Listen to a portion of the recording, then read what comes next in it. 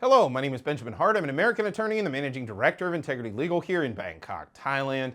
As the title of this video suggests, we're discussing tax yet again. This has kind of become a topic of wide discussion. I've noticed, in the past, I've made a lot of videos on immigration. People kind of mention them offhand to me. Sometimes I'll meet people and things.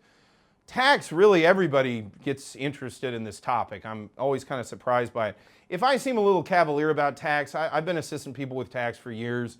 It's not something that, people that deal with it all the time, I guess maybe we're a little bit more comfortable with it. I do know it really, for lack of a better term, sort of upsets people. It sort of sets people on edge thinking about major changes to tax policy. Let me just say, this too shall pass. For the vast majority of people, I don't think this is going to be any kind of major change. However, it probably is going to affect some. I don't think a change of this type is not going to have impacts on certain types of people. That said, I've noticed a lot of people out in the ether of the internet just completely, and especially folks who are knowledgeable in tax systems of other countries, then sitting around talking about how Thailand tax is going to work. Well, let's be honest here, they don't know. And I will tell you when I don't know, and I hope people understand that, again, as we've discussed, without further clarification, I'm hesitant to really say and predict with any certainty exactly how this is going to work out. But again, bear in mind, look, we here at our firm, we have a tax department. We have an accounting division that deals primarily with corporate and personal tax, specifically for foreigners. We've been dealing with this for years. I'm here to tell you, it's going to come down to Thai interpretation. It's not going to come down to what some foreigner says.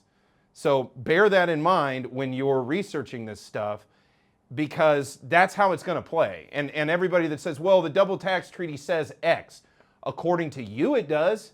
But again, the Thai apparatus is going to be tasked with interpreting that when the rubber hits the road. It's not going to, again, be some foreigner.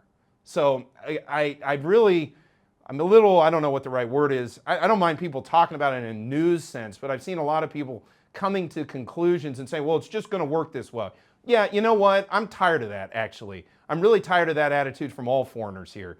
Foreigners seem to come to Thailand, and I don't know why, but they run around intuiting what they believe is the case to be fact in Thailand. And that's not the way it works. Again, Thailand has courts. We have a revenue department. They're going to be the ones that are ultimately going to be adjudicating this and setting these rules. And that's who's going to make the final decisions. It's not going to be, again, some foreigner who just comes down from the mountain and says this is how it's going to be. That's not the way it's going to work. So I thought of making this video after reading a recent article from the Pattaya Mail. That's pattayamail.com. Article is titled, Thailand's proposal to tax foreign income next year could end up in court. First off, the title is not really indicative of what is going on. Thailand is not taxing foreign income. Thailand is only going to possibly be assessing tax liability on those who are tax resident and bring money into the country moving forward from January 1, 2024. It's not tax on everything, it's tax on certain things. Maybe, and again, subject to Thai interpretation. Quoting further, law firm commentators in Bangkok divide into two groups. Some believe that typical expats have nothing to fear if living here on cash already taxed in the home country. Let's start there. I don't know who's who in this divide. I'm not on the divide. I'm standing on the line. It's not going to work in a dialectical process. These things never do. It's going to play out on a case-by-case basis based on the underlying circumstances in a given case. I've seen a lot of people that are just making these offhand sort of broad remarks that are supposed to just sort of be monolithically dispositive of what's going on.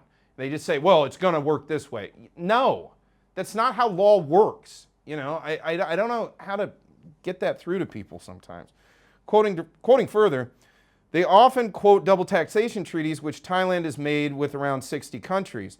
Others, however, point out that double taxation treaties are all different and don't necessarily reassure on points of concern currently spotlighted in Thailand. Well, okay, yeah, in a sense they don't, but in a sense they do. At the end of the day, again, this is going to work case by case. And again, the vast majority of people probably aren't going to be impacted by this one way or the other. Although, as I've said in another video, I could see a scenario play out where we do see pretty much every non-immigrant visa extension seeker, including retirees, see a situation where a tax return is an additional document which is going to be associated with immigration processing. I could see that becoming a thing based on how this is all playing out. That said, does it mean you have liability? Probably not, depending on your circumstances. But again, it depends on circumstances. This is not an either or. This is not a yes-no. This is not a dialectic. This is a change to law. Law gets applied on a case-by-case basis. And it's going to, as they say, findings of fact and conclusions of law. That's how it will work. Quoting further, not to mention the potential paperwork which expats might have to fill in annually to convince the revenue, I think they meant the Revenue Department, of their exempted status. Now, it's not a matter of convincing them. You might just be exempt, but you've still got to file. Quoting further, some are suggesting that large sums should be transmitted to Thailand before the end of 2023. Quoting further, meanwhile, the waiting game for clear information drags on and on. Well, it might go forever. At the end of the day, you want to talk about a Byzantine mess of raw law when it comes to tax? Look at the American system, and I've looked at it extensively. As I've said, I'm licensed in the U.S. tax court. I've had dealings with the U.S. tax system, especially when Trump tax came down. Man, reading through and trudging through the raw law of that thing was pretty darn hard, and they're not real predisposed to giving a lot of clarification. We may not get a lot of clarification here. Quoting further, the real answer, of course, is for Thailand to follow the example of Singapore and Hong Kong, where the only income tax levied is on cash specifically earned in their own specific territories. Well, that's exactly what's happening here. It's on money brought physically into Thailand by those who are physically present in Thailand.